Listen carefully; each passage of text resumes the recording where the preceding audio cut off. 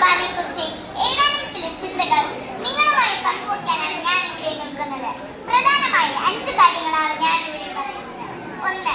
വിശുദ്ധ കുർബാനയെക്കുറിച്ച് യേശു എന്ന് പറയുന്നു. 2. വിശുദ്ധ കുർബാനയെക്കുറിച്ച് പിശാച് എന്ന് പറയുന്നു. 3. വിശുദ്ധ കുർബാനയെക്കുറിച്ച് ശാസ്ത്രം എന്തെങ്കിലും പറയുന്നുണ്ടോ? 4. വിശുദ്ധ കുർബാനയെ നാം എന്തുകൊണ്ട് മാനിക്കണം? 5. നാം ഇപ്പോൾ ചെയ്യുന്നത് എന്നാൽ ഒരിക്കലും ചെയ്യാൻ പാടില്ലാത്തതുമായ കാര്യങ്ങൾ. 1. വിശുദ്ധ കുർബാനയെക്കുറിച്ച് യേശു എന്ന് പറയുന്നു. ഇത് മനസ്സിലാക്കാൻ നാം എടുക്കുന്ന വചനഭാഗമാണ് വിശുദ്ധ യോഹന്നാന്റെ സുവിശേഷം 6-ാം അധ്യായമാണ്. ഇതിനെ താഴെ പറഞ്ഞ തരത്തിൽ വിഭജിക്കാം. 1. ഈശോ അപ്പം വർദ്ധിപ്പിക്കുന്നു.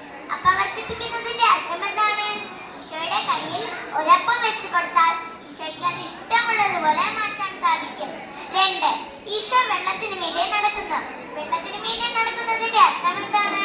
ഒരു വസ്തുവിന് വെള്ളത്തിന്മീതെ പൊങ്ങിക്കിടക്കാൻ അതിന് ശാരീരികമായ പ്രത്യേകതകളുണ്ട്, അല്ലാതെ വെള്ളത്തിനല്ല പ്രത്യേകത.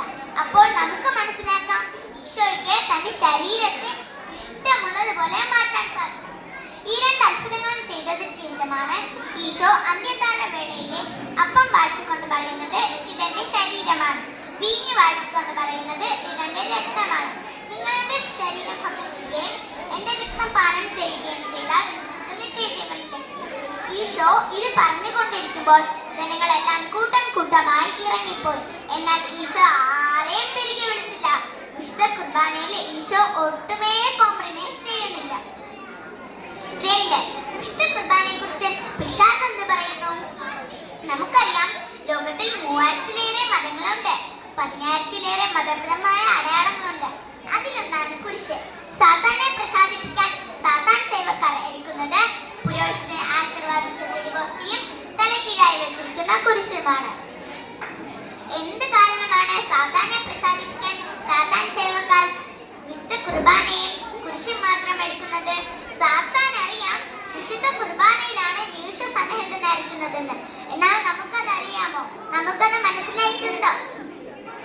3. വിശുദ്ധ കുർബാനയെക്കുറിച്ച് ശാസ്ത്രം എന്തെങ്കിലും പറയുന്നുണ്ടോ? സഭ ഔദ്യോഗികമായി പ്രഖ്യാപിച്ചിട്ടുള്ള 100-ലേറെ ദിവ്യകാരുണ്യ അത്ഭുതങ്ങളുണ്ട്. ഇറ്റലിയിലെ ഒരു പള്ളിയിലെ ഈശോയുടെ ശരീരമായി മാറിയ ഭാഗം എടുത്ത് പരിശോധനയ്ക്ക് അയച്ചു.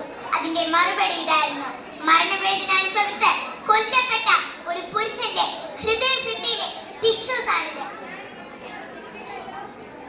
പ്രിയമുള്ളവരെ, നാം നാം നീട്ടി സ്വീകരിക്കുന്ന തിരുവോസ്തി മരണവേദന അനുഭവിച്ച് കൊല്ലപ്പെട്ട കർത്താവിന്റെ ചങ്കാണെന്ന് നാം അറിയുന്ന നിമിഷം നാം രക്ഷപ്പെടും.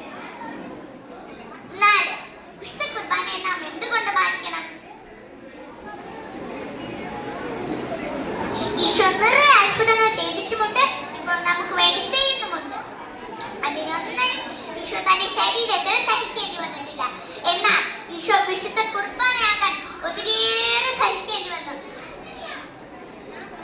ദൈവം മനുഷ്യനായി കാലിത്തൊഴുത്തിൽ പിറന്നത് വിശുദ്ധ കുർബാനയാകാൻ വേണ്ടിയാണ്. പീഡകൾ സഹിച്ചത് വിശുദ്ധ കുർബാനയാകാൻ വേണ്ടിയാണ്.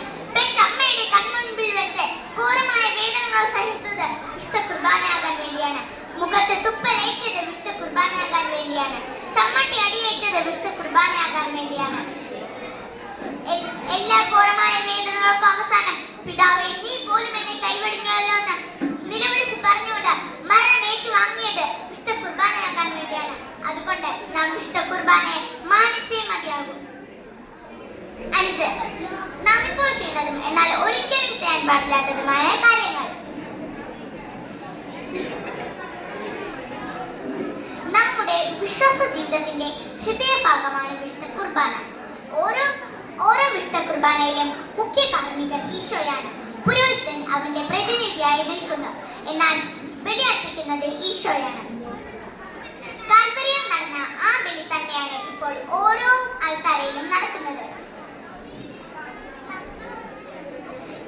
കുർബാനയ്ക്കിടയിൽ സംസാരിക്കുക, ഫോൺ ഉപയോഗിക്കുക, അലസമായി പെരുമാറുക, പള്ളിയിൽ വരാതിരിക്കുക, താമസിച്ചു വരിക, ഇതെല്ലാം നമ്മുടെ വിശ്വാസക്കുറവിനെ സൂചിപ്പിക്കും. അതുകൊണ്ട് നമ്മൾ ഇതൊന്നും ചെയ്യാൻ പാടില്ല.